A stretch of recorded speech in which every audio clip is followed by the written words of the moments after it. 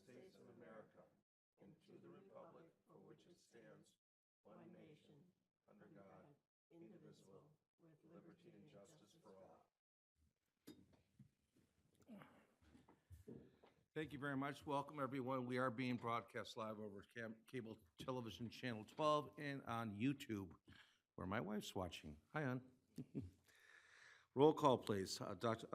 Clerk Wright? Okay, we're going to start off with Trustee Frazier, who's absent and excused. Trustee Miller? Trustee Boyden? Trustee Martin? Trustee Bud? Yes, here. Vice President, Supervisor? Here. We have a quorum. Thank you, Clerk. We'll start with an executive summary of today's items. We have a consent agenda, which is just a prepaid list, basically paying our month-to-month bills, and adoption of the 2022-2026 Park and Recreational Master Plan. This is just because we already did this, but we had to do it in a resolution form, so we're bringing it back just to get it signed properly. There will be presentations on the site plan and interior floor plan of the proposed community center today, and we'll be looking at the 2021 Blight Control and Demolition Management Program activities. New business today will include the resolution to release a draft of the Sumter Road Corridor Plan. There will be a 42-day plan that will be put out to the neighboring communities to see what they think about our plan. Moving on to the next item would be adoption of the agenda. Can I get a motion to adopt the agenda today? Through the chair, make a motion to adopt the agenda as presented. Support. And Trustee Miller. Hearing no discussion? All in favor? Aye. Opposed? Motion passes. Moving on to adoption of the consent agenda. Trustee Boynton? Okay. I move that we adopt the consent agenda as follows. Board meeting minutes of February 15th of 2022, prepaid list of February 17th and also February 24th, and the voucher list of March 1st, all of the previous three of 2022, and the approval of Resolution 2022-04, adoption of the 2022 through 2026 Parks and Recreation Master Plan. Thank you very much. Can I get a second? Second. Trustee Miller? Hearing no discussion? All in favor? Aye. Opposed? Motion passes. Moving on to public hearing. We have two public hearings today. We'll begin with the presentation on the site plan and interior floor plan for the plan of the proposed community center. For community center, this is applicable for a public comment that was left in our chat for for agenda items. Okay. So there was a comment left in our chat from our public participation link from a Mr. Stephen Dark on the community center floor plan. So I'm just going to get ahead of this as Director Renault will be able to address it as she gives her presentation. Okay. So Mr. Dark's comment is, why are the locker rooms so far away from the fitness center? He goes on to say,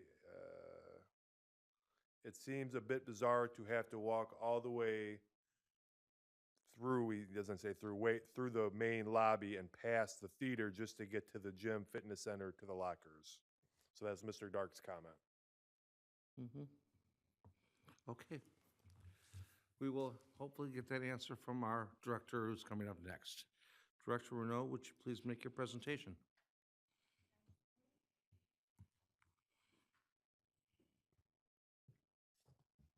So we'll actually address that comment when we get into the presentation from our architect. But good evening. Back in October of 2021, the Board of Trustees reviewed the proposed layout and the schematic design of our community center. Since that time, the project team has been working hard to complete the design development phase of the project. At the same time, the project has also started the site plan approval process with the Township's Building, Planning, and Economic Development Department and the Township's Planning Commission. At this time, the community center project is slated to go before the Planning Commission on next Wednesday, March 9th, for preliminary site plan approval. So tonight, we're not looking for any sort of formal approval from the board. We just want to keep the Board of Trustees and also the public informed of where we're at in the process. So the next step, aside from the site plan approval process, is to complete the construction documents in the bidding period. At this time, we're slated to bid the project in late spring, early summer. And then once the bids come in, we would bring the project back to the Board of Trustees for approval of the GMP, and construction could start at the end of summer. So at this time, I'd like to introduce Steve Gettert from Newman Smith Architecture. His team has been working hard on developing these plans, and he's going to do a high-level walkthrough of the project with the board. Steve?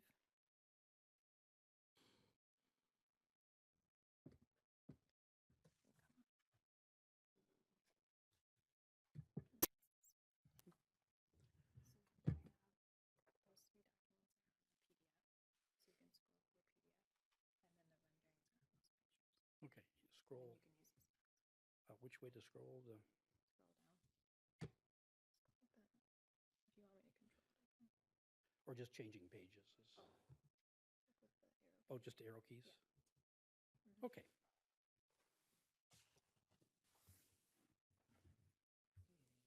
You also have one behind you. Okay, good evening, everyone. Again, I'm Steve Gettert. I'm a principal at Newman Smith Architecture. I'm the principal in charge of this project, and I'm here to give you a general overview of the site plan and floor plans and 3D images of the project that we are developing for you, and answer any questions that you may have at this time. So what we have up right now is the site plan for the project. We have the existing Township Hall here up against Tyler Road across the top of the page. And what we are proposing to do is put an addition on the south part of the east wing of the building and renovate what is right now the existing community center area, including the existing gymnasium, going up actually into the senior area, providing a small addition on the back of the building for a back of house space for the black box theater that we'll see in the floor plan. One of the major features of the site is this outdoor plaza that we are creating on the south side of the addition. This area can be used for outdoor movies, concerts, miscellaneous gatherings, and other events that the township might like to hold. We're also reconfiguring the parking lot and extending it, or enlarging it, I should say, by about a dozen or so cars. And we are actually going to extend the sidewalk along the parking lot all the way down to Quirk Park. So if there's a nice pathway connecting Quirk Park back up to the community center and the other facilities. Also, as part of this project, we are closing off the cross driveway that used to be here and making a secure parking area for the employees and for the police department. There will be significant landscaping with this in accordance with the zoning ordinance. There will be 2 groves of trees on either side of the performance plaza. There will also be trees and landscaping around the back of the building and across the front of the building. So, any general questions on the site plan? We can come back to it if necessary.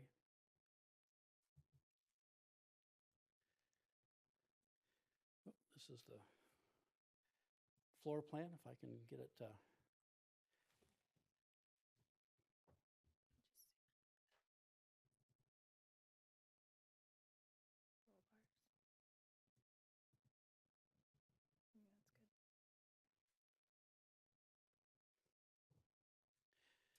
Okay, so this is the existing part of the building. Up here, we have the existing senior center. In this area, we are going to be making some upgrades to finishes and lighting. It'll all get all new LED lighting in the spaces that don't have it now. You'll come down a main corridor or Main Street. Off on the one side, you'll have a room for seniors, multi-purpose room for seniors. Another multi-purpose room that can be used for parties. Then we have the main restroom area with the locker rooms. And on the other side of the corridor, we have the community center offices.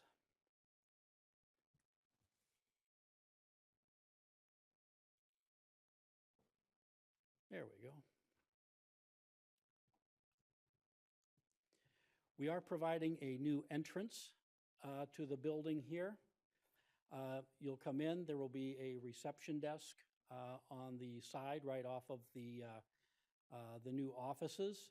And on the opposite side, there will be an area we're calling a teen area that will have activities for youth. And directly across, we have the Black Box Theater. This theater can hold different types of events. Again, you can have a comedy club, you can have a concert, you can have a small theater performance. It seats up to 150 people.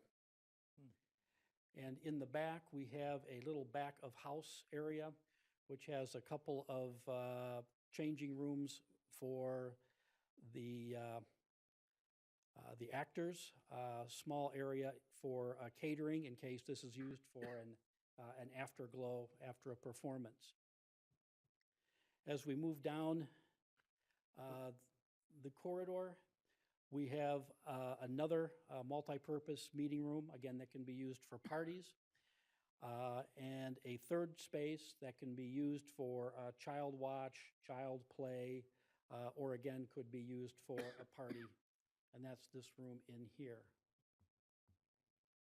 You then come through a set of double doors that will be on electronic hold opens into the new addition of the building. The main feature of the addition is the gymnasium. The gymnasium has a high school size basketball court running east and west, and 2 junior high size courts going north and south. There is a jogging track up above that we'll see when we move up to the mezzanine. Also in the addition, we have the fitness area, which will have new fitness equipment, and a group fitness room for yoga, spinning, and other group activities. It holds about 30 to 36 people, depending on the activity. We also have a door going outside, and we have plans to put a small patio out here, so in nicer weather, you can do yoga and group exercises outside. There's an elevator and a stairwell that gets you up to the running track or walk track. Another stairway on the other side of the building for emergency egress.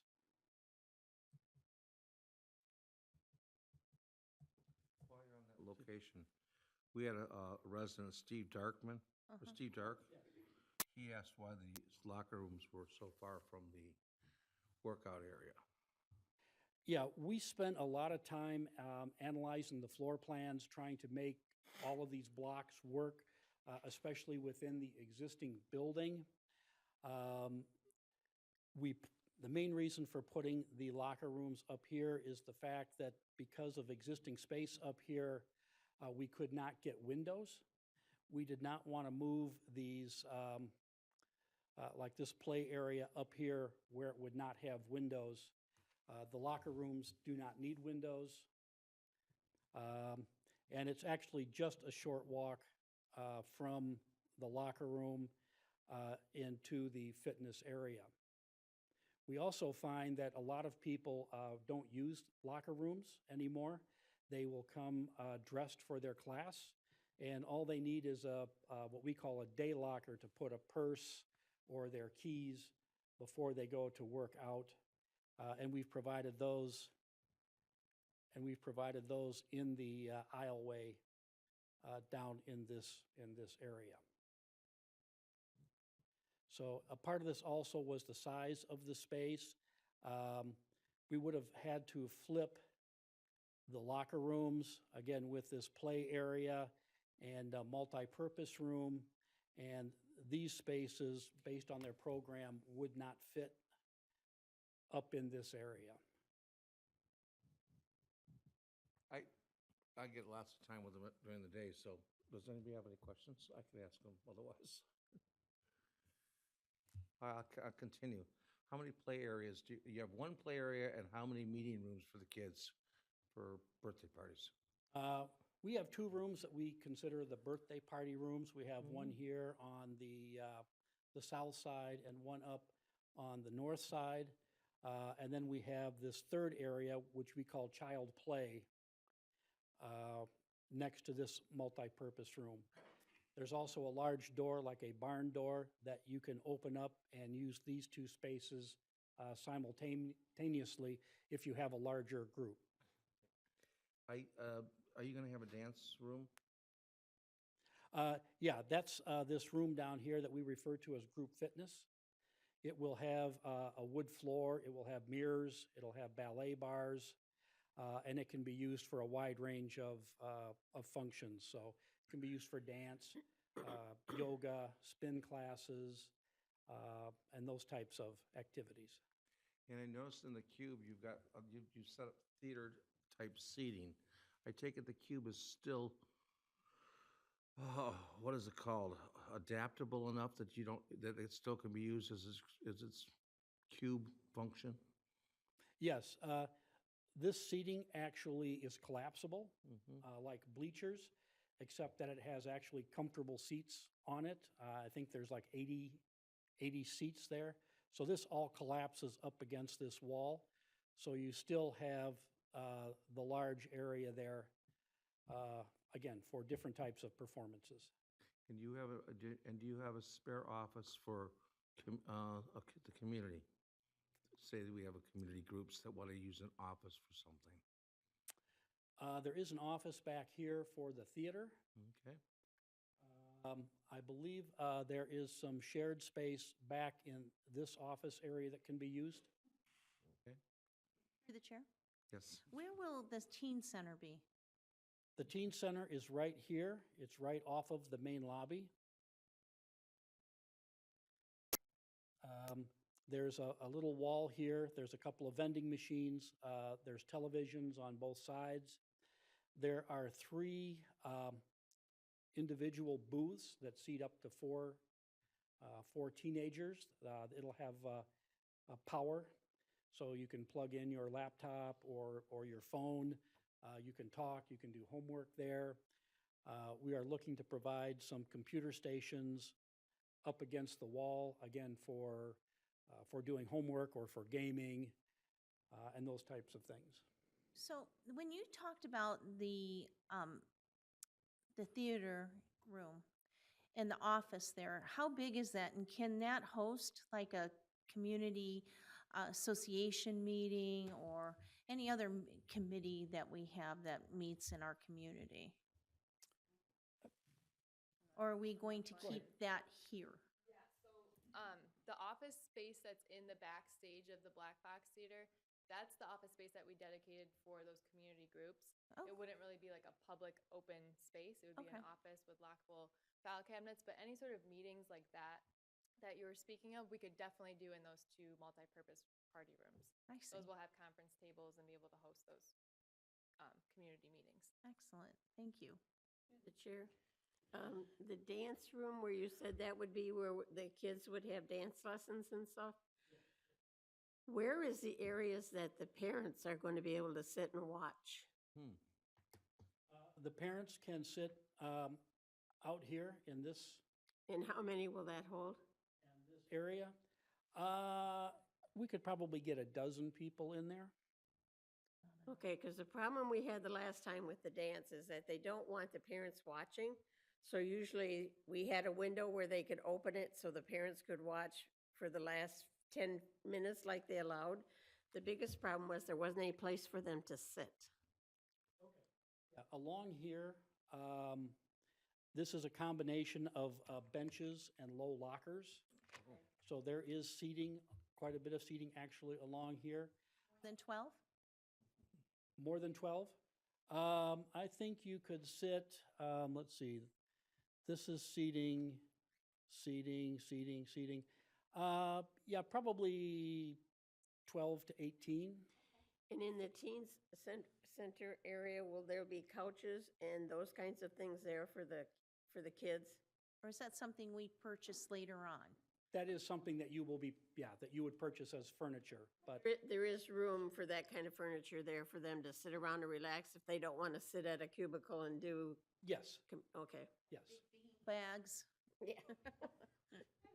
Make a comment. The nice thing about this community center, well, there's 1,000 nice things.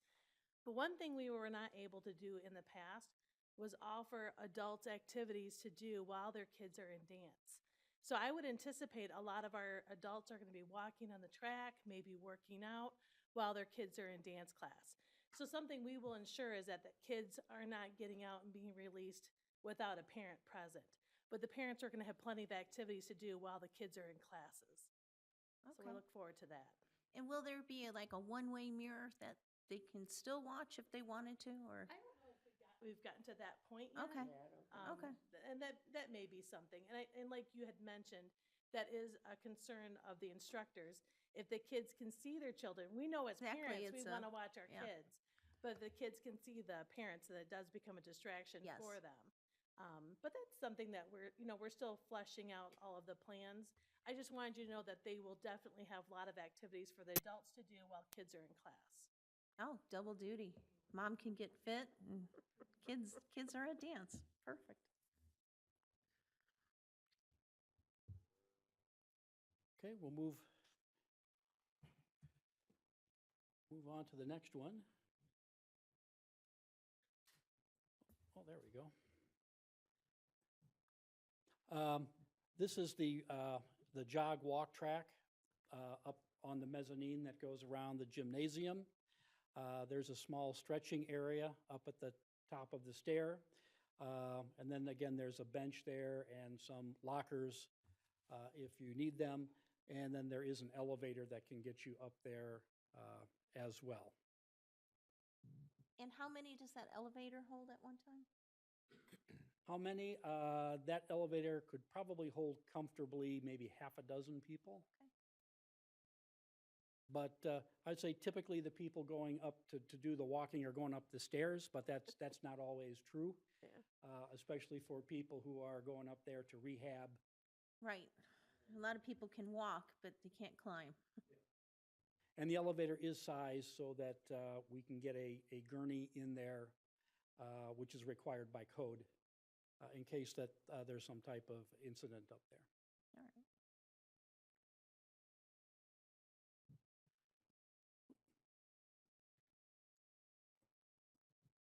Oops.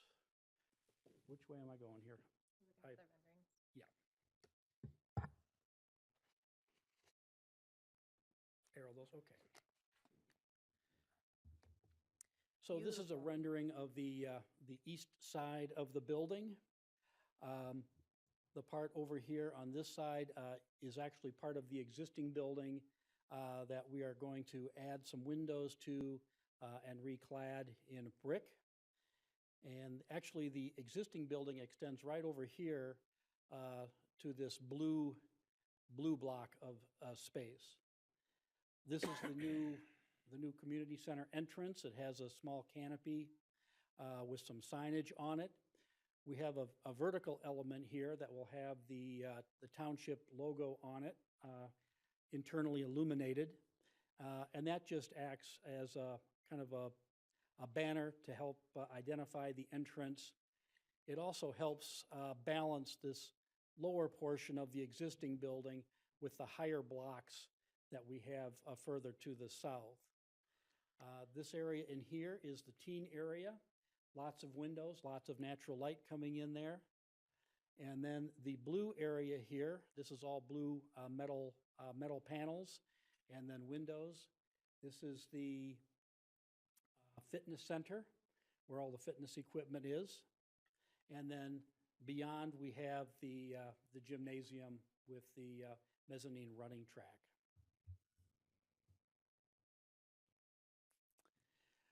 This is actually the south side of the building. Out front, we have the Performance Plaza, large green yard in front, sizable concrete area. We have this, again, set up so that you can have bands or movies there in the evening. This large block here is actually the emergency stairwell out of the gym. Where is that? That big white? Yeah, where did you say that stairwell was? Yeah, this is on the south side of the gym. I see. This big block here is the gymnasium.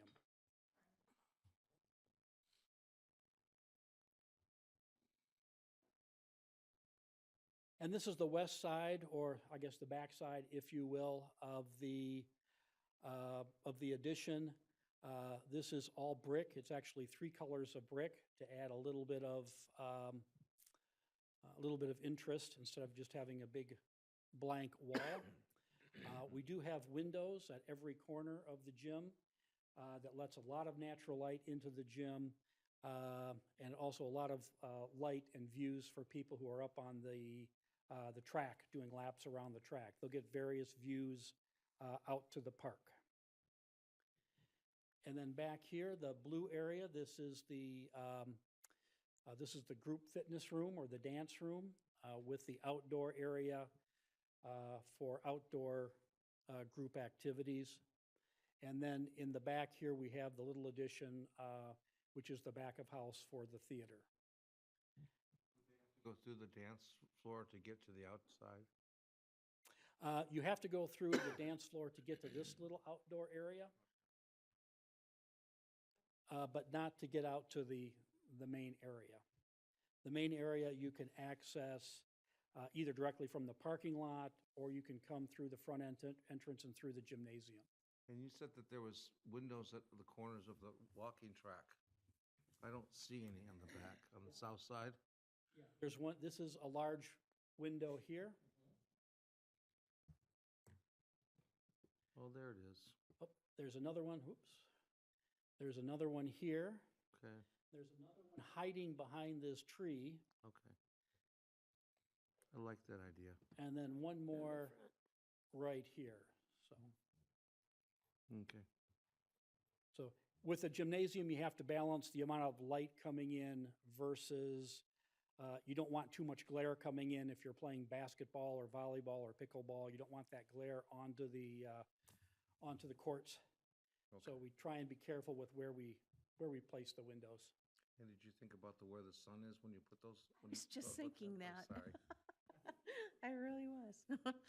We're going to get sun in there all through the day, but the glass we're looking at will actually have a little bit of a frit on it that helps knock down any direct sunlight and So- glare. They'll be treated? Yes. Okay. Yes. That'll make it cooler anyway. Yeah, it's all based on the energy code now. It's all high energy glazing and thermally broken frames, and fairly extensive insulation on all of the exterior walls and roof. Well, it's beautiful. Thank you. I really think it's going to meet your needs and provide a lot of opportunities for the community. How many parking spaces do we have? Total on the site is 400. Oh. No, on the site. We've added about another dozen and a half spaces on the east side. So you're talking 400 for the whole site, all the way around, police, fire, us, everybody? Yes. You know? I don't know. I'm looking right at my parking expert. Who's that? Are you a parking expert? She's the planning, yeah. The one thing with this building is you have uses that are staggered. So people using the community center are probably going to be more here on the weekends and in the evenings.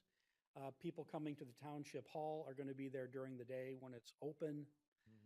The police are kind of tucked around the corner there. They're 24/7. But we did a little bit of a study and didn't think that there would be an issue with parking. If you have a big event, maybe a big event back in on that plaza or in the gymnasium, all that parking's probably going to get used up on the east side and around to the north. But we think that you'll have adequate parking. I'm sure our parking guru from the Building and Planning, Dan Power, will set the limits. So I'm That's sure right. he'll tell us about that. With our parking guru. Please do. And he said that our proposed parking meets our township zoning ordinance. Is that correct? That's good. Enough. Could you come up, Dan? The parking expert will speak to you. Thank you, Board. Every land use has a schedule of minimum parking requirements that goes with it. And in a building like this, you're having so many different programs for the different spaces in the building, and they all require a different parking capacity. One thing to keep in mind is that at any given time, while this space is going to accommodate a lot of different activities and events, it's unlikely that they're all going to happen at once. So our parking ordinance within the zoning ordinance allows a lot of flexibility. But we think that just meeting that ordinance is going to cover our needs because we're going to have different peak times for staffing versus major events at the site. But the bottom line is, yes, the parking meets the minimum requirements under the zoning ordinance, at least last I checked from reviewing the first round of plans. So we should be all set with a minimum parking requirement. Okay. That next week as well with the Planning Commission. We'll catch you at the Planning Commission meeting. Okay, do you have any other slides for us, or No, that's it for this evening. can you take us around one more time on the slides? Anybody have any last questions while you look at these last slides? Nope. The next time you will see this, it will probably be Want to go back to for money. the site plan or just the renderings? Renderings are fine, Okay. I think, right? Again, this is the east side of the building. The senior center is right behind us here, the leg that comes out to the east. This is all existing building here that's being reclad in brick, new windows, new entrance, new little vertical element here. We're still trying to come up with a good name for it, but with the logo on it. These are community center offices. And this is the teen area over here and the main lobby. This is the fitness block where we have all the fitness equipment. And then the gymnasium at the far end of the site. This is the north end of the building where we have the Performance Plaza, gymnasium in the back. These are exit doors on either side for the gymnasium, windows up above. This is the stair that will also be used for showing movies on movie nights. Is that going to be set up so that a stage can be rolled out in front of that? Yeah, you can do greenery there. You can do a portable stage in front of here. You can set up, temporary canopies or tents. Again, a wide variety of things that can go on here. And that whole block is taken up by stairway, huh? Yeah, this is all emergency stairway from the mezzanine all the way down and out. Okay. Fairly big area, but it's only about 6 foot from front to back. Okay. Well, that white part, I don't know what you call it, a white block right here? It's crying for a movie. Mhm. Good. do you have any entrance way in to do storage in there underneath the stairs or anything There is storage underneath from the gymnasium. from the gymnasium side? Because we're going to probably be using the outside. But I guess we can go in and get it. Okay. And then this is the west side of the gymnasium. Again,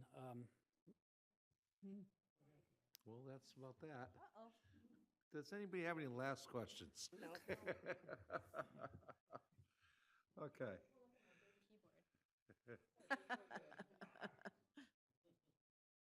All right. So at any rate, we are on track for what we said we were going to do. Is there anything else you guys want to add? Okay. Thank you very much. Appreciate it. Very nice. Next would be a presentation on the 2021 Blight Control and Demolition Management Program activities. The board will have to make a decision in the next budget on what it's going to want to do on this, because the program seems to be changing.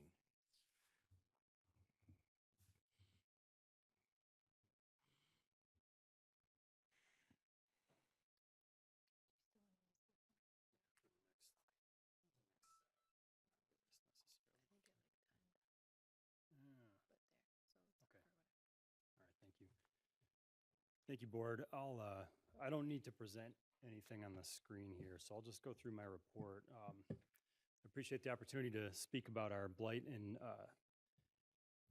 and demolition program here in the township. This is a successful program that's been long-running since long before I arrived here, and we continue to have success. So we have a mechanism within our department in building and planning to review blighted properties and to carry those blighted properties all the way through to demolition if the property is so blighted that it causes a public nuisance or safety concern. Just as a quick reminder of that process, it is typically ran as beginning with an inspection of a blighted or fire damaged property. And then following inspection, we give several notices in the effort to get voluntary compliance. We always try to work with property owners, especially with some of the complications of the last couple of years. But if there is no response and there's no compliance with a issue of blight, the township will freeze permits and initiate a demolition of a property. So that is kind of in a nutshell how we run through the actual process of proceeding with the demolition. We currently have program funding from the Community Development Block Grants from the Federal Housing and Urban Development Administration to provide support for that program. So I will go through just some of the accomplishments of the past year with this program with help from our consultant with McKenna. We've had a very successful year. We've issued notices and had voluntary compliance with 7 different properties, either in terms of those properties proceeding with their own repair or demolition activities. We've also had response and had full rehabilitation of 9 different properties in the last year. We have over 30 ongoing property rehabilitation and demolition cases currently. We've filed quarterly reports as required by the county for their administration of that CDBG program. We currently have, actually it's over $60,000 in program funds for demolition in our accounts. And we have proceeded with getting authorization to demolish on 5 different properties and then carried that through to the next step of actually going out for bid for 3 properties. And it so happens that with 2 of those 3, the property owner finally worked with us to get the demolition started for 2 of those 3. So we currently have 1 property that we've had to take through to the demolition process using the CDBG funds that is now pending demolition from a contract that we've had. So it's been a very busy year in blight and demolition, but a successful one, and we're pleased that we do get voluntary compliance and voluntary rehabilitation with our regular efforts to communicate with property owners. We look forward to continuing to work with this program. As the supervisor, you're alluding to, there have been some changes that we've been alerted to with the administration of the program and how some of the funding is applied on private property. We intend to continue looking into that. That's not conclusive at this point, so if it does have an impact where we need to move some of our budget in terms of the general budget, general fund availability for Blight and Demolition, we would certainly have that discussion with the board. But as of right now, I think we still have some research we're going to do on that in the very near future with the county. So I appreciate you giving me the opportunity to give an update on that program. Feel free to ask if you have any questions. It's been a very, very useful program to get blighted structures out of neighborhoods. It's amazing that when you give people these tickets, they used to just not believe you. You know, just slough it off. You knock down a few buildings and suddenly everybody's complying. So, Todd Soms just gave me a report today on all the shutoffs. I think we had 140 or so shutoffs that we had to go out and do. I think 103 of them turned themselves back on. What's what? That's just one billing cycle. That's one billing cycle. One billing cycle, yeah. Point of the matter is once you start doing these things, they suddenly comply. The CDBG portion of it is basically we were using community development block grant funds to fund it, and we gave money from our general fund to help it. But slowly but surely, the CDBG keeps on saying they're going to end the program. We used to roll it over, but they're going to want the money out of the program, which means within the next year or two or three, if they follow through with that, which they sound like they're going to, we're going to need general fund dollars to keep that program going. Good program, though. These blighted homes wipe out neighborhoods. Rat infestation, cockroach infestation. I didn't realize how bad cockroaches can wipe out a neighborhood once they've got a home base. So, I mean, it's just amazing how good a job this has done. And thank you very much, Director. Thank you. Okay. Anybody else have a question? No? Okay. You're back up again, I think. Yep. Yes, sir. All right, we're moving on now to correspondence, announcements, and presentations. I have none. Does anybody else have any correspondence, announcements, or presentations? No? Okay. Public comment then on the one item of business that we have, which would be the Southside Master Plan. Does anybody have any public comment? Nope. We're into new unfinished business. We have none. We're into new business. The new business is, can I get a motion on discussion and to consider this Southside Master Plan or the Sumter Road Corridor Plan? Can somebody make a motion on that? Supervisor, I make a motion to consider approval of Resolution 2022-03 to release a draft of the Sumter Road Corridor Plan for 42-day review by neighboring communities and service providers. Thank you. Clerk Wright? Yeah. All right, Trustee Miller. Okay. Director Power. Thank you, Board.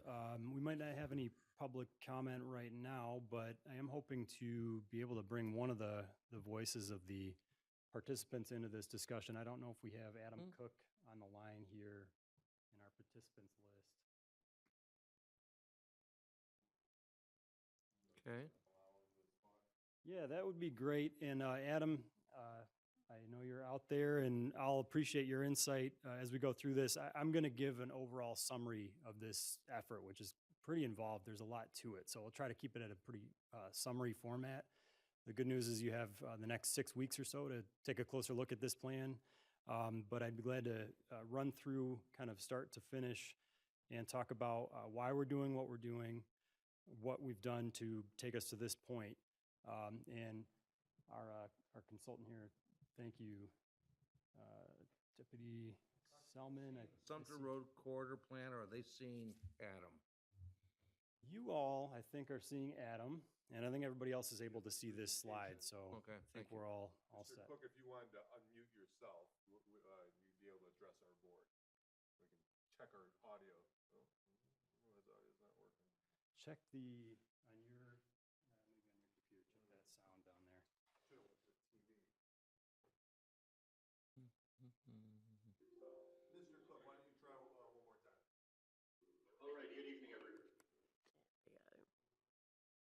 And as the supervisors know, this is why hybrid meetings are not ideal. They're terrible. That's all right. So we'll, Mr. Cook, why don't you try one more time? All right, good evening, everybody. so what we might do, I might ring Adam in. And maybe we can just turn off the sound on that computer. Delay.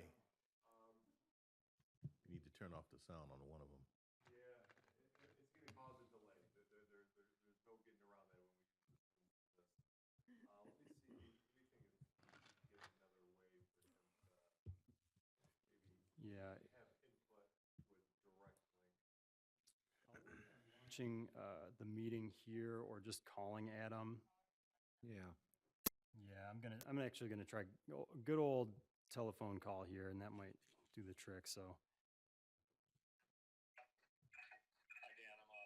Hey there, Adam, thank you. If you could just mute all your computer, and then we'll be all set. Thank you. I'm gonna put you on mute until maybe a little later in the presentation, so everybody can hear Yes. Adam. Thank you. All right. Thanks, everybody, for bearing with us here. We're still kind of working out the kinks of technology, of course, both here and at the Planning Commission.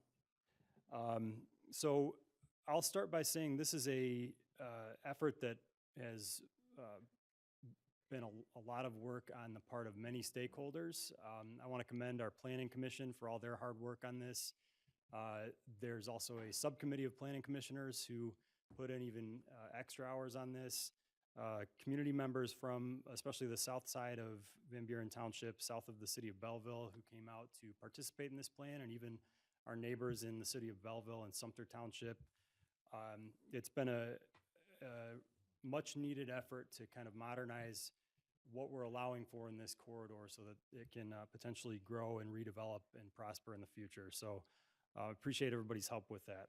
So I'll get right into just a recap of what has brought us to this point. We amended as a township the entire township's master plan, or updated the entire township's master plan near the end of 2020. You might recall that that was something that had been a 3 or 4 year effort at that point, and then we adopted the plan. One of the items with the plan adoption was that there were certain areas of the township that we knew we had to kind of get into the details of more in the near future at that point. One of those areas, the most compelling area, was the Sumter Road corridor in the south side of the township. And I'll kind of explain a little bit more about why that is soon. So with this effort, we began an amendment to the 2020 master plan to visit the future land use and the vision for the Sumter Road corridor. That began with a kickoff with the Board of Trustees last April. Then there was a kickoff webinar with the planning commissioners on April 28th, a open air workshop at the Fire Station number 1 on July 28th, then 2 more work session meetings with the Planning Commission, not to mention, I think, 5 different subcommittee meetings with our subcommittee members from the Planning Commission, up to the point where we then had a final draft reviewed by the Planning Commission on February 9th, with a recommendation to the Board of Trustees to release that final draft for review by our neighboring communities and service providers. So that is why we're here tonight, for the board to release the full draft of the Sumter Road Corridor Plan. Wrong screen. Let's get the right. So I want to talk a little bit again about why we're doing this. We had a full update to the township's master plan in 2020. There was also something called the South Side Master Plan that was adopted in 2007, which addressed future land use, mobility, and road networks,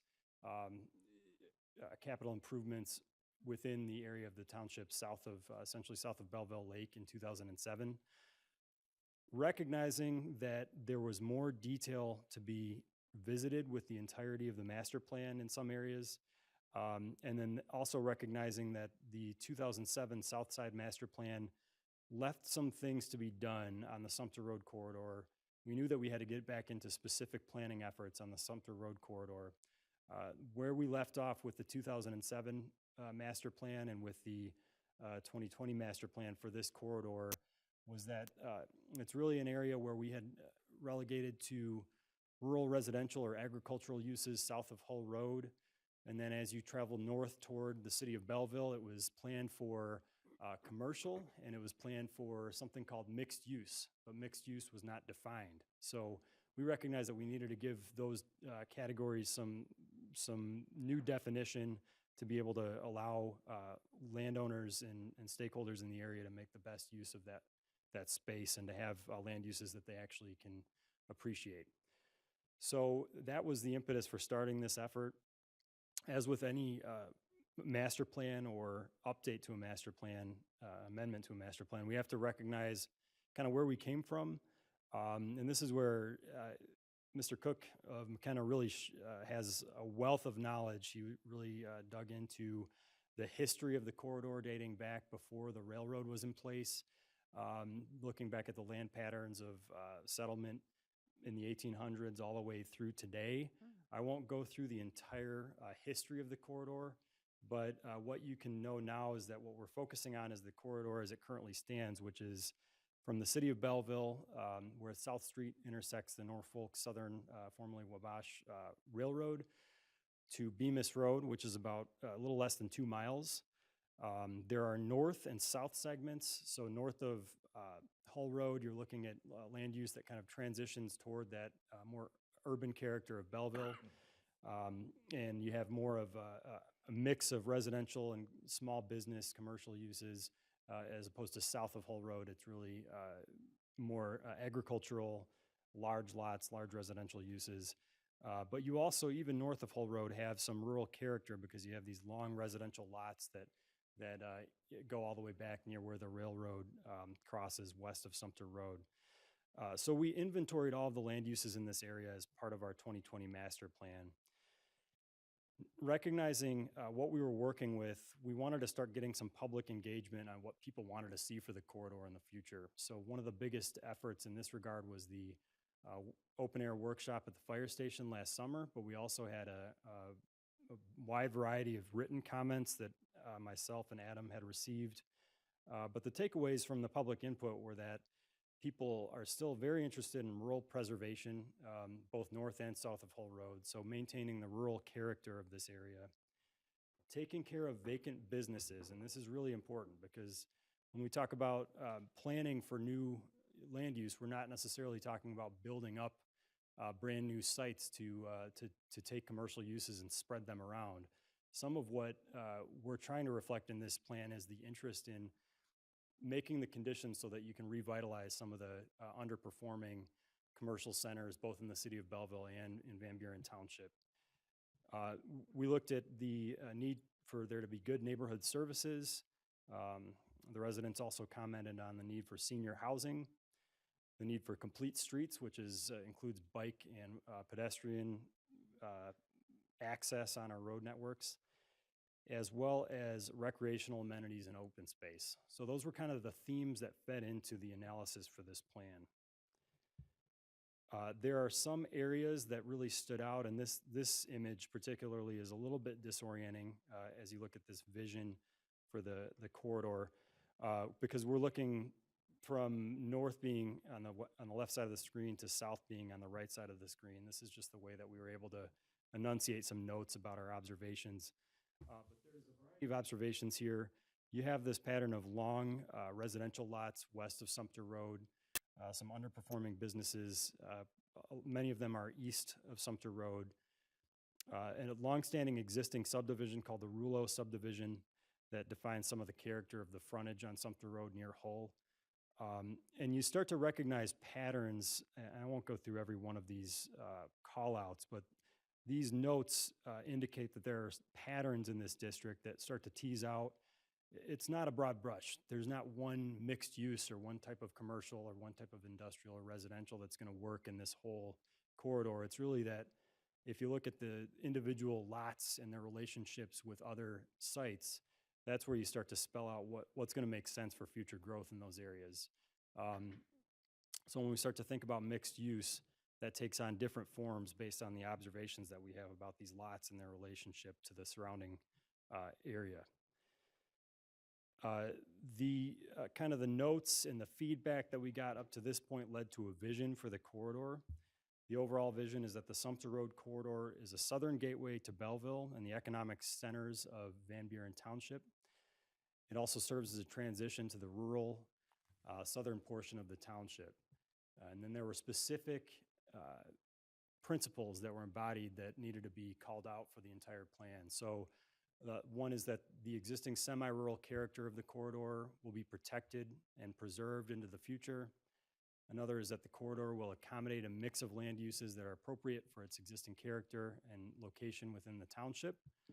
That new buildings along the corridor will be traditional in appearance, appropriately scaled, and adaptable to evolving circumstances. And finally, that Sumter Road and nearby local streets will be safe, serene, and attractive places for all who use them, including pedestrians, cyclists, and motorists.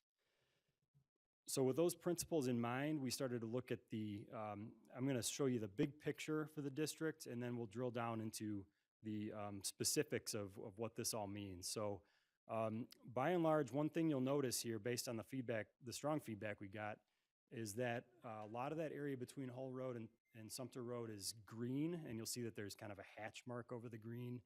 But the green indicates that that is still going to be rural settlement. Agricultural and single-family residential land uses primarily, and some institutional land uses. There will not be, for the foreseeable, for the near-term future, an extension of the sanitary utility boundary south of Hull Road. And there will be primarily those rural residential land uses in that area. But where you see those kind of that cyan or greenish blue color, that's where you have mixed use that is specific to the needs of this corridor. And I want to get into what that means, going back to that idea that mixed use means different things and you can't paint it with a broad brush based on where you are in that district. So we identified different types of lots that really respond to those different circumstances. The first being something called an anchor lot. Anchor lots are those that are at the corners of Sumter and Bemis and Sumter and Hull. Deep frontage lots are those that have primarily are on the west side of Sumter Road that back up almost to the railroad, where you have long, narrow residential primarily properties. Shallow frontage lots are those that abut Sumter Road and generally are less than 300 feet deep and kind of have historically that upfront commercial visibility, like the Party Store site and the Bell Point Plaza shopping center. Those are what we would consider shallow frontage lots. Although, of course, Bell Point shopping center is in the city of Belleville. Landlocked lots are those that currently don't have road access but may in the future. If you get the extension of Bach Road or one of the other, the railroad has a road by it in the future, that's where those lots might have access in the future. So they'll have different development patterns and building types that make sense based on where they lie. And this is kind of what that is visualized. So based on where you are in this corridor, you're going to have different lot definitions. And within those lot definitions, the district really should take on different forms. So you don't want those anchor lots or those high visibility lots right at the intersection to have single family homes necessarily right up by the road. You don't want them to have kind of workshop type spaces.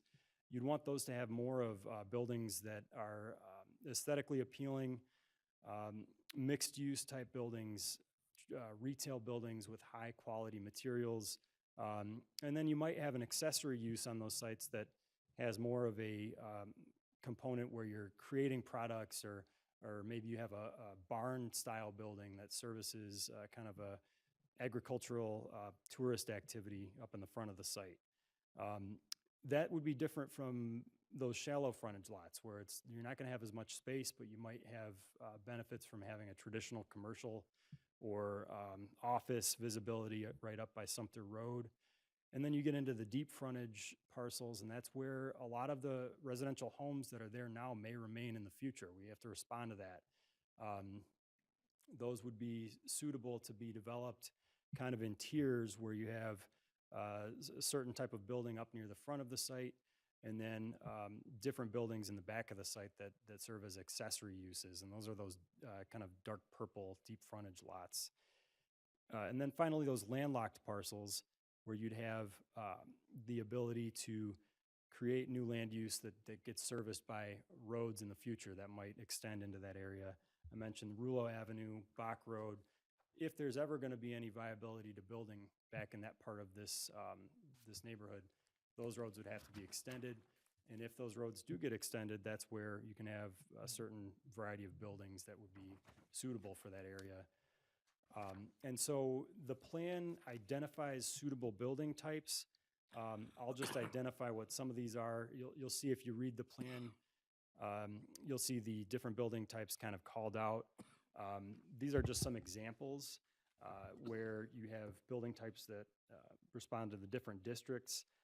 That one up on the top left is something called an artist, an example of something that would be called an artist cottage. Then you have something called an artisan studio right next to it, where you can have small production areas for small culinary, maybe catering businesses or small craft goods makers. Those types of uses would be in the areas where you have kind of that deep frontage, where you have the ability to have those kinds of uses serve a more visible traditional style of commercial in the front. You get kind of in the bottom center of this slide, and you see more of those traditional retail forms that would be pushed up closer to Sumter Road. This district also allows for conventional single-family homes where they're connected to the residential street network and where they have those deep frontage lots. And even barn-style buildings that kind of appeal to that rural character. So what this plan does is arranges these based on where your lot is. It restricts certain building types on certain lots. And then within these buildings, you can imagine that only certain types of uses would fit in these buildings. Where that gets spelled out specifically is going to be in the zoning ordinance. We'll have specific requirements in the zoning ordinance and specific limits in the zoning ordinance for the uses that can fit inside of these buildings. This plan also addresses the desired rural residential growth pattern for the area. And one of the things that came out of the feedback from the public input was that there's not a desire to have kind of traditional subdivisions develop up and down Sumter Road. So we wanted to take a look at ways of kind of formalizing different patterns of residential growth, where you have the plan making recommendations to consolidate homes in a certain way around a grid network, where you can have kind of an open space protected area around a neighborhood where it kind of responds to, in this example, would be south of Hull Road across from the Rula subdivision. The image on the left is an example where you can have that rural residential density. It's basically, one unit per acre, but if they develop like this, then it's going to preserve a lot of open space around the margins. Similarly, the image on the right, by having greenways between different blocks of residential growth, you can have some of that open space preserved visually along the corridor. What we wouldn't want to see, and I didn't put this image up on the screen, but and what the Planning Commission didn't want to see, is kind of sprawling rural, typical residential pattern based on dead-end cul-de-sacs that all feed into Sumter Road. So we wanted to really be mindful not to have that occur up and down the corridor. Moving into another aspect of the plan and any master plan amendment is the mobility plan. And this is where you have certain prescriptions for how the road network should be used in the future. It's a little hard to see on this image, but you basically have two local arterial roads that define this district that we're studying, being Hull and Sumter, and then Bemis further to the south. But along that road, there should be efforts to increase non-motorized mobility over the years in coordination with Wayne County. But there's also a desire to make that road responsive to careful planning for future businesses that redevelop and grow along the road. So something called slip streets was discussed as part of this plan, which is where you have access where you restrict driveways, the number of driveways, and you have kind of a parallel road to the main road that can develop with kind of a median separating it. So you'll see an image of an example of a slip street in the plan. Also on the screen, you can see here the potential extensions of roads to the west that would serve frontage for some of those properties west of Sumter Road. I will also now talk about, this is really the tool that's used to implement the plan, which is the zoning plan. So this is kind of the next step that is well in progress on the staff side, and the Planning Commission will be looking at this very soon as well. But how this all comes together and how this actually translates to something people can use and people can develop sites around is the zoning ordinance. So there's two aspects of what we're going to be doing with the zoning ordinance if this plan is adopted to respond to the needs of the plan.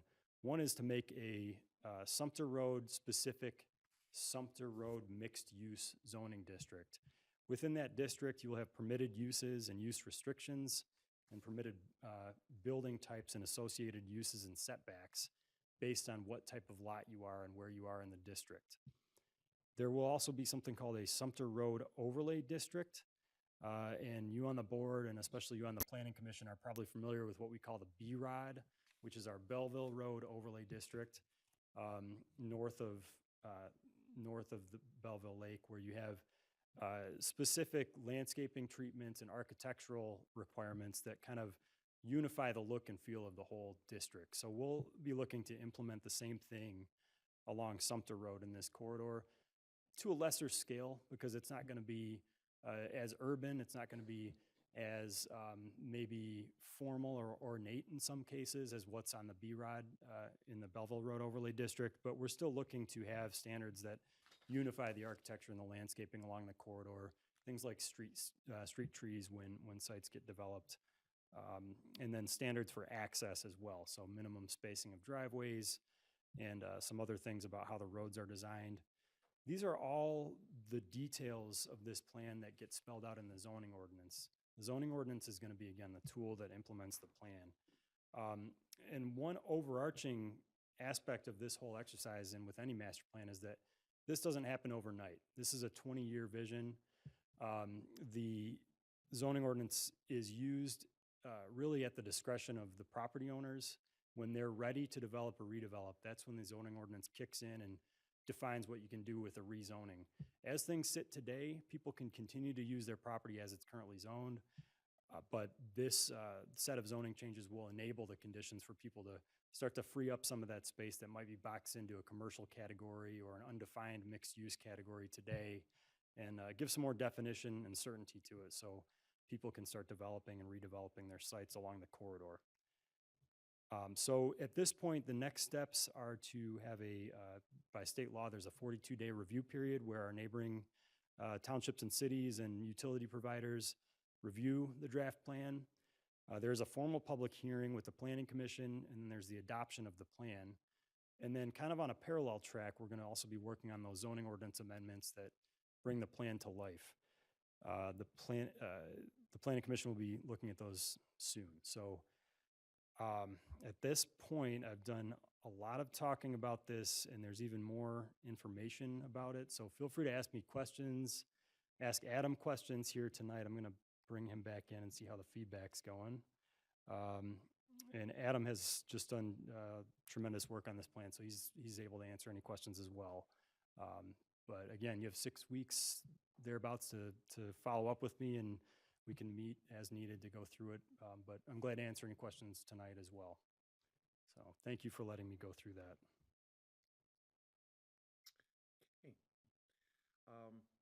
That's pretty detailed. All right. So right now, what we're looking for is a resolution to put this out to the 42 days to the communities around us, so that they can comment on it. Correct? That's right. Are there any questions? No? Yeah, he sure did. Just to be sure, people that are living there now under this plan, will they be able to open businesses in their homes?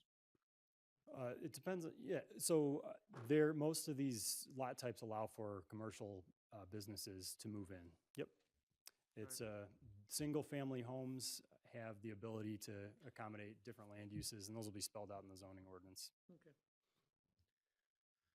I don't hear anybody with any questions, so therefore I'm going to go over. I have a motion by trustee Miller. I have support from clerk Wright. Hearing no further discussion. All in favor? Aye. Opposed? Motion passes. Thank you very much. Director Power. Thank you, everybody. Thank you. Great job, Adam. Supervisor, and thank you to the rest of the board as well. It's been quite a pleasure working on this with all of you, and I think we're very proud of the results. All right. Thanks, Adam. Through the chair. Yes. I guess I would like to, that the committee that worked on it, Medina Atchison, Oh. Brian Kelly, and Jeff Jard did a fantastic job along with Adam and along with Dan, because they put in a lot of time. It's come back to the planning commission as a whole, but that committee and the people that worked on it did a great job, and I think they've done a very good job as a presentation to the communities around us. Thank you to them. Here, here.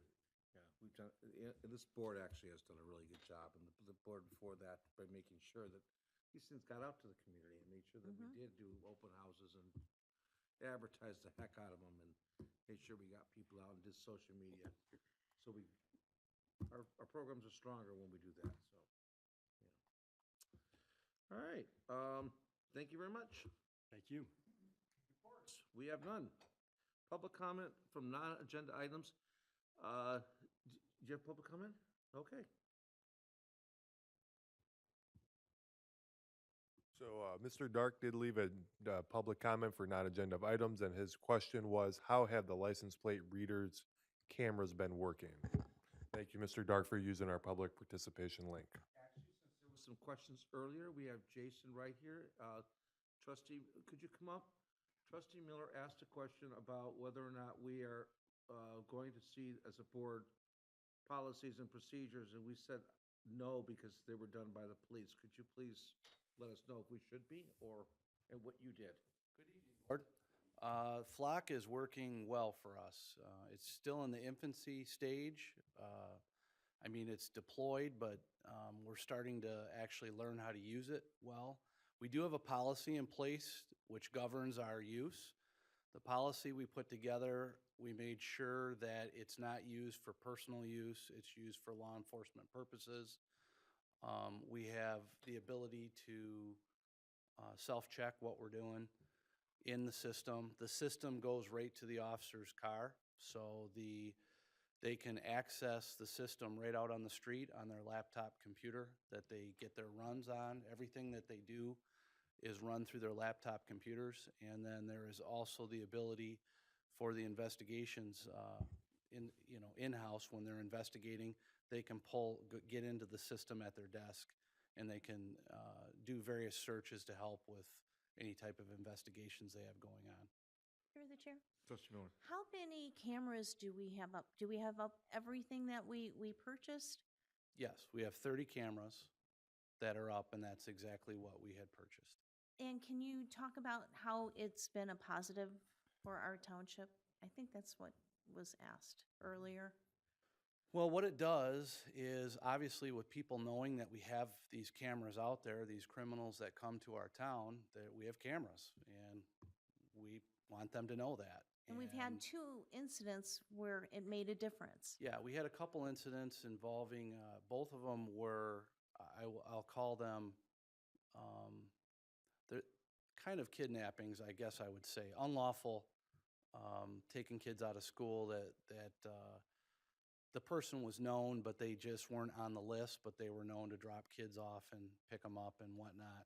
What ended up happening is we recovered, we actually located a vehicle because of Flock. So we know where our cameras are positioned, and the officers are able to search time frames, so we can narrow it down to a time frame and a date. And so that helps narrow down where we're looking. And if somebody tells us, for example, I don't know what kind of car it was, but it was a car and it's red, we can search red sedans. If they tell us, I think it was a Honda, we can search Hondas, we can search Ford.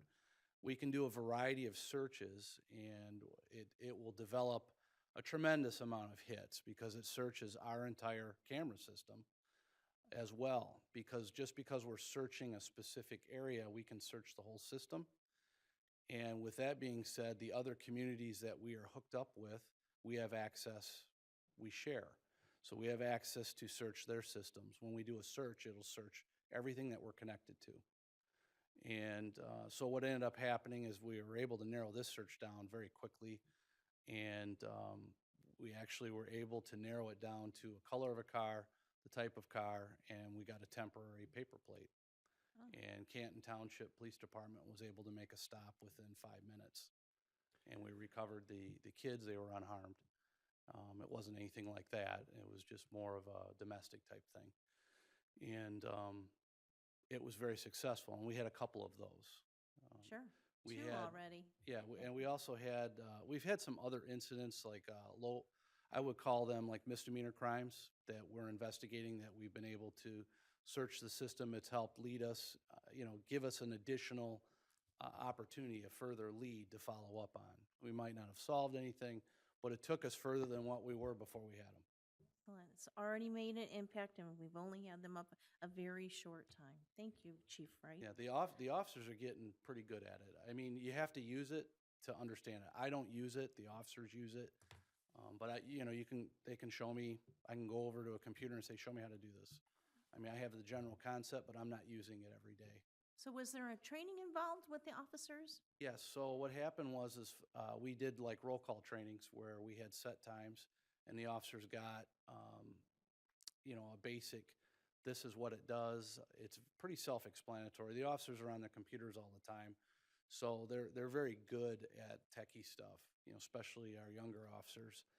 And, it was like a half an hour overview, and you get, each officer has a login. Again, we can track who's in the system, who's using it. Great, And it's working out very well. wonderful. Thank you. Right? My question is that, I guess when we had the meeting with the gentleman, they said that it could be used possibly for subdivisions or HOAs. What would be your recommendation for that? Would you recommend HOAs getting cameras? Oh, absolutely. If an HOA wanted to get cameras, I'm in full support of it. Again, these cameras, they would do nothing different than what they do for us on our streets. They would be on your streets and your HOAs, and they capture the lane of travel. And I mean, again, we're not sitting there watching live cameras. I mean, we use them to go back and look. It's not designed to do facial recognition. It's designed to capture the back end of a vehicle. It's like smart technology that can identify the rear of a vehicle to tell you what kind of make it is. It knows the taillight systems and all that. And so basically Flock didn't start out in the law enforcement side. Flock started out down south. I believe it was out of Georgia, was the individual, very brilliant guy, came up with this. And how he came up with it is a very interesting story. But basically it started in a neighborhood, an HOA, and these are very popular in the southern states, especially down in Georgia where they started. And but you can get into them. They have like a private side, we'll call it, and then they have the law enforcement side. The law enforcement side is growing like leaps and bounds. Yeah, I can see where it could be beneficial. If you have someone in the subdivision that's making maybe broken into a home or something, and they got someone saw the vehicle leaving, and they could give you the making, even the model or color of the vehicle. I guess you could look that up on the. Yeah, I can see where. Yeah, day or night, it doesn't matter how bright it is out. If it's dark, the cameras can read in the dark. It's amazing. Through the chair, along with what Clerk Wright is saying, as far as the HOAs, I would lobby definitely hard in the positive for this type of thing. With a lot of the homeowners having their Ring doorbell cameras Mhm. and also cameras on their homes, and they have their own little community, if you will, and they'll track a incident or an event happening at this house, and they'll go from here and here and then here. I would certainly say that this would definitely be advantageous for that. Reason I was saying that, Supervisor, that maybe at your next HOA ad hoc meeting, you could mention it. It don't sound like it's pretty reasonable, actually. I think it's like a yearly membership or something. But it's, well, It's like 2,500 Not sure what it is on the private sector side, but I believe on our, at least my experience, it's it like wasn't that much, I don't think. $2,500 a camera on that. Right. So that means if somebody hits your pole that your camera's on, they know when their cameras are down. They come out and fix them. There's work Right. orders. If we find one, we'll do a work order, but I mean, they'll put a new camera up. They don't charge you. You're basically kind of leasing the camera, if that makes any It's sense. the service. How much Yeah, is for this your for the community. service on it? Does anyone know?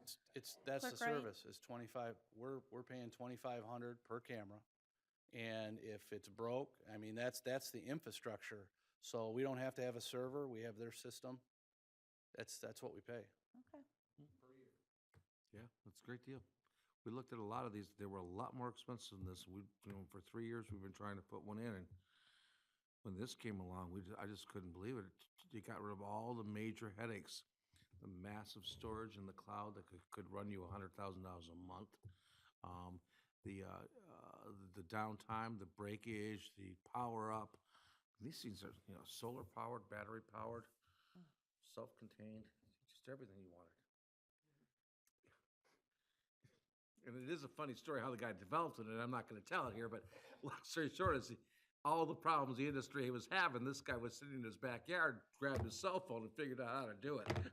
He's a brilliant engineer, very Yeah. brilliant. Well, Takes community policing to a whole new level in your community. yeah. I mean, for the residents, I mean, this is a good system. It really helps us. Okay. All right, thank you. Any other questions? Any comments? All right, I guess we're ready to call for adjournment. Make a motion to adjourn. Miller? Right. Hearing no discussion, all in favor? Aye. Opposed? Motion passes. We are adjourned.